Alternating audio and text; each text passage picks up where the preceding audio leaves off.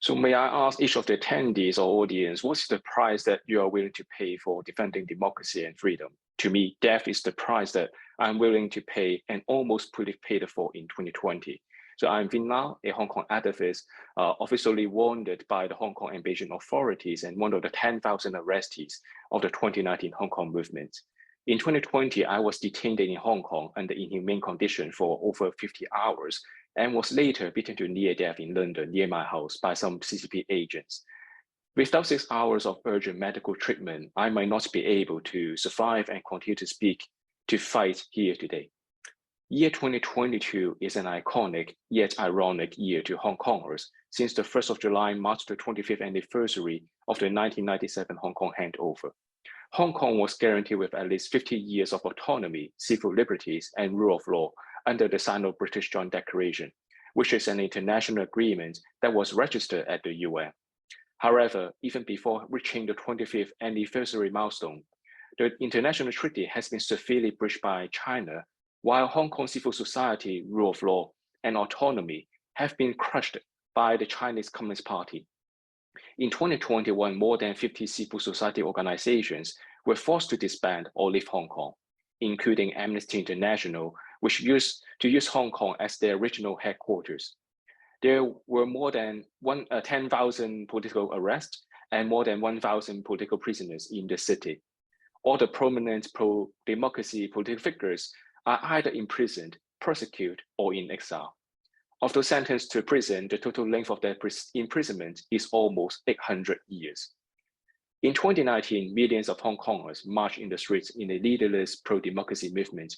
Peaceful and progressive violent tactics were employed interchangeably to resist Beijing's brutal suppression.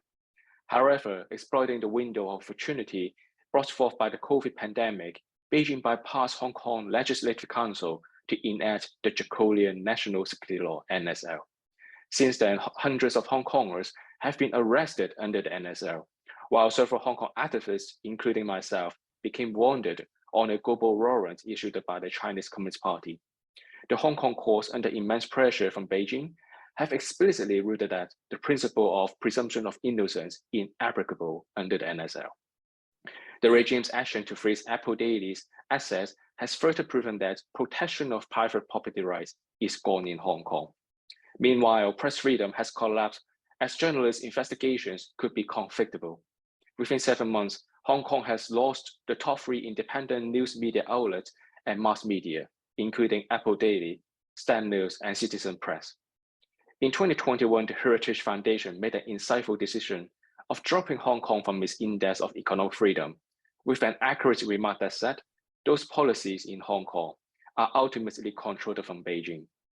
Whilst Hong Kong no longer qualifies as an international financial center, Hong Kongers are ready to take the hit of economic sanction as a leverage against the Beijing regime.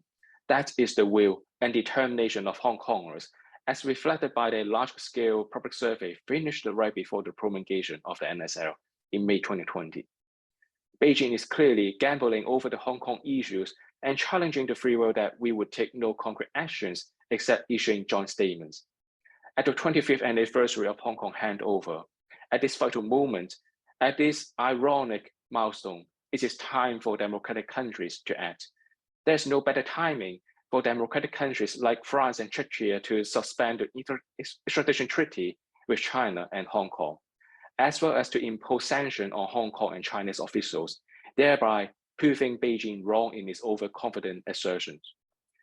The extradition treaties with China and Hong Kong are nice hanging above our heads. I could be directly extradited to Hong Kong and China for giving my testimonial at any parliaments or international conferences. Yet, some risks have to be taken because this is the right thing to do, to break the status quo and change for a better future. I call myself a pragmatic dreamer.